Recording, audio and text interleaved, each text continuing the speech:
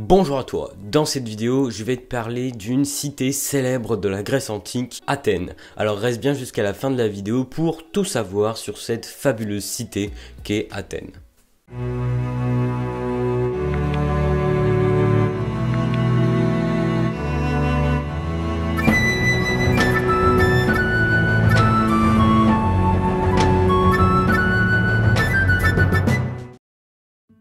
Alors on commence. Athènes reste sans doute la cité antique la plus célèbre de nos jours. À son apogée, aux environs du 5e siècle avant Jésus-Christ, son territoire s'étendait sur presque 2650 km² et on pense que 250 000 à 300 000 personnes y habitaient. C'était alors la plus peuplée et la plus étendue des cités.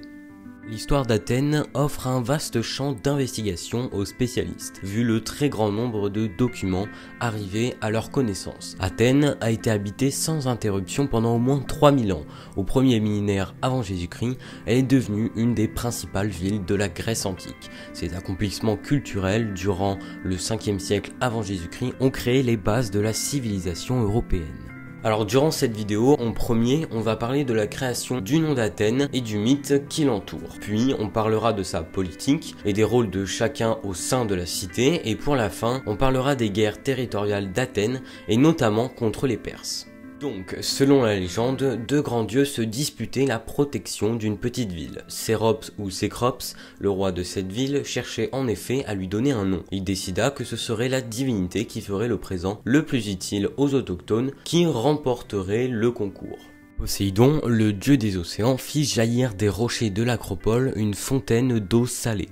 Athéna, quant à elle, offrit un olivier. Le roi, pour départager les deux concurrents, fit appel à son peuple pour qu'il vote. Les hommes choisirent Poséidon et les femmes Athéna, mais il y avait plus de femmes que d'hommes dans l'assemblée. Ainsi, la déesse victorieuse donna son nom à la cité. On peut voir apparaître dans cette légende la première forme de démocratie où tout le monde vote sans exception.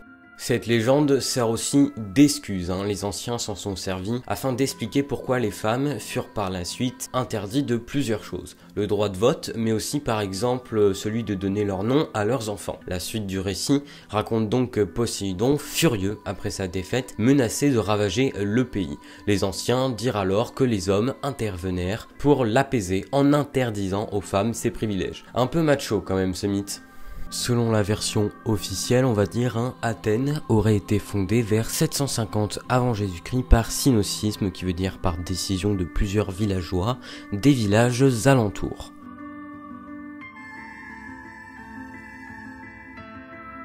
Il est important de préciser que les habitants de l'ancienne Athènes ne sont pas tous considérés comme des citoyens. La cité, à cette époque, regroupe environ 40 000 citoyens pour 300 000 habitants.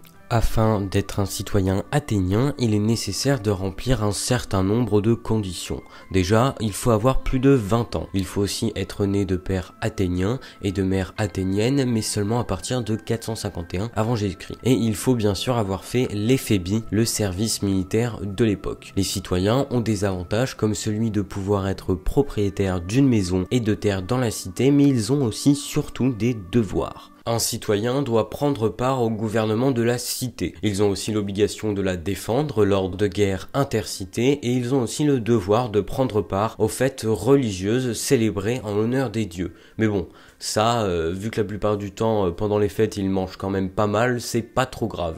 Les non-citoyens regroupent quant à eux environ 85% de la cité. Les femmes et les enfants des citoyens ne peuvent pas participer à la vie politique, car l'idéal selon les Grecs est que la femme puisse rester à la maison. Cependant, dans beaucoup de familles modestes, les femmes sont quand même obligées de travailler. Elles jouent cependant un rôle non négligeable dans la vie religieuse. Il y a aussi les métèques, qui sont très souvent des Grecs, mais qui n'ont pas la citoyenneté athénienne, car ils proviennent d'autres cités. Ils ne peuvent pas posséder de terres comme les citoyens dits normaux, mais doivent quand même défendre la ville et payer un impôt spécial. Beaucoup d'entre eux sont commerçants ou artisans.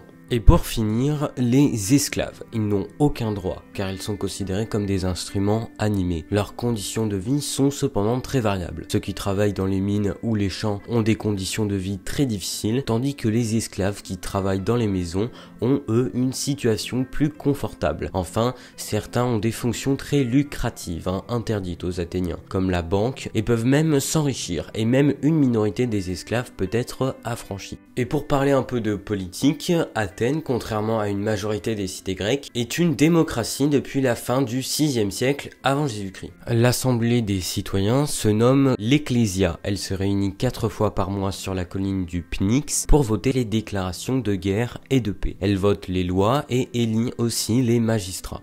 Avant chaque décision, un débat est organisé au cours duquel chaque citoyen peut prendre la parole. Toutes les décisions sont prises à la majorité par un vote à main levée.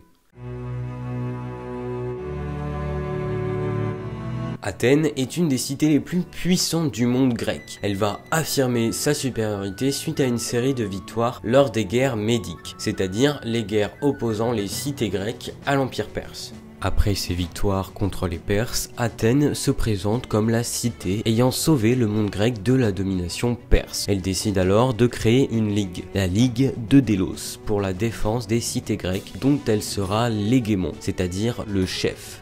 Les cités grecques devront fournir des navires de guerre ou de l'argent qui sera entreposé dans un premier temps sur l'île sacrée de Délos. Le trésor est par la suite entreposé à l'intérieur de la ville d'Athènes et servira à financer les constructions fastueuses d'Athènes comme le Parthénon. Les cités qui voudront fuir la Ligue de Délos seront très sévèrement punies par Athènes. Cette hégémonie athénienne sur la mer Égée inquiète Sparte, qui crée alors la Ligue du Péloponnèse et entra en guerre contre la Ligue de Délos. Cette guerre, la guerre du Péloponnèse, commencera en 431 avant Jésus-Christ et se terminera par la défaite d'Athènes en 404 avant Jésus-Christ. La Ligue de Délos sera dissoute, mais Athènes restera une des principales puissances du monde grec tout au long du 4e, 5e et 6e siècle. Et voilà, c'est la fin de cette vidéo. J'ai essayé de condenser toutes les informations importantes de la fondation, vie et politique de cette cité. Si ma vidéo vous a plu et que vous voulez me suivre, vous pouvez vous abonner si ce n'est pas déjà fait, mettre un commentaire pour me dire votre cité favorite et partager cette vidéo. Et nous, on se retrouve vendredi prochain 17h15 pour parler de la divinité égyptienne Seth, le dieu du mal.